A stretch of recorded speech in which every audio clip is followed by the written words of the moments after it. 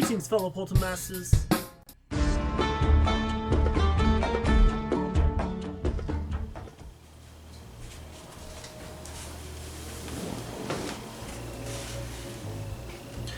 Greetings, fellow Poltermasters. I am CrashTheSkylands, and it's once again time to CrashTheSkylands with this very serious new series. Now, as you can see in front of me, there are 10 Skylanders. Now, these 10 Skylanders all have one thing in common. If you look closely, you'll recognize a lot of them because all 10 of them were in my most popular video on the channel, my top 10 least favorite Skylanders. That video was over 2 years old now, and to this day, there are still people popping up and defending these Skylanders. And they got me thinking, am I wrong? Is there something I'm not doing with these guys that I should have? Or is there something I'm missing? Or am I just plain wrong? Or am I right, but they don't see it? So I decided, why not give every single one of these Skylanders a second chance? So welcome, ladies and gentlemen, to the debut episode of Skylanders Second Chance. So this series is exactly what it pertains. My 10 Skylanders that I had on my least favorite Skylanders list are back. Now, as you can see, there are the 10 of them here. And what I decided to do is to give them all another chance to impress me. Now, I'm not doing that as like, look at me. Impress me. I'm a king. I want to see for myself if there was something I missed with these Skylanders. So what I'm going to do is every episode, which will be once a month, I will take one of my top 10 least favorite Skylanders and play through them on my all-time favorite level on Skylanders from Track Team, the Operation Troll Rocket Steel. So I'm going to play one of my least favorite Skylanders on my favorite level.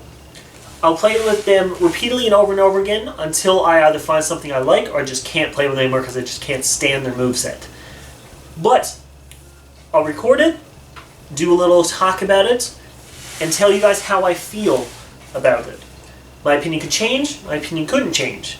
So I decided to kick this first episode off with my number one spot, but for good reason. So Sunburn is episode 1 for one big reason. For any of you guys who've seen the Dragon Lock, you know for a fact that Sunburn was a very big MVP in that series.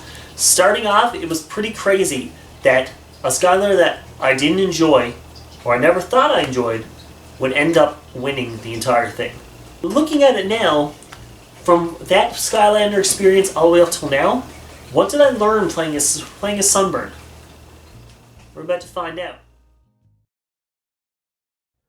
Right before I record these episodes, I decided to go back and watch what I said and hear what I said about Sunburn. I can tell you that it was literally just my naive, childlike wonder of me not knowing the game, not knowing how to play the game, that made me supposedly hate him. I had no other reason not to. I said terrible moveset and slow speed. He's not slow. Kind of proved you wrong, old me, by having him in Crash Dash in one of the episodes and almost beating Freeze Blade. So, I don't know what I meant by that. His moveset is pretty lackluster when it just comes to two different kinds of teleporting, but that's kind of what Phoenixes do, is they teleport. And they use a fast speed, as you can see right there on the screen. Overall, it's my description that I had on him himself is not what I thought would be him. Is not what I assumed he would be. It was just a young, naive child, really, who didn't know what he was talking about. Looking at Sunburn now, I really enjoy his movesets. With the straight-up Flame Breath, you can see there, it can hit big waves of enemies. The teleport ability, which can teleport you into 4 different areas, is awesome for clusters of enemies. And the speed boost is perfect because, it's a speed boost. As a guy who loves going fast, like your boy Sonic, I can tell you that his speed is not slow at all. I don't know what past Crash was talking about. I'm watching the video compared to now.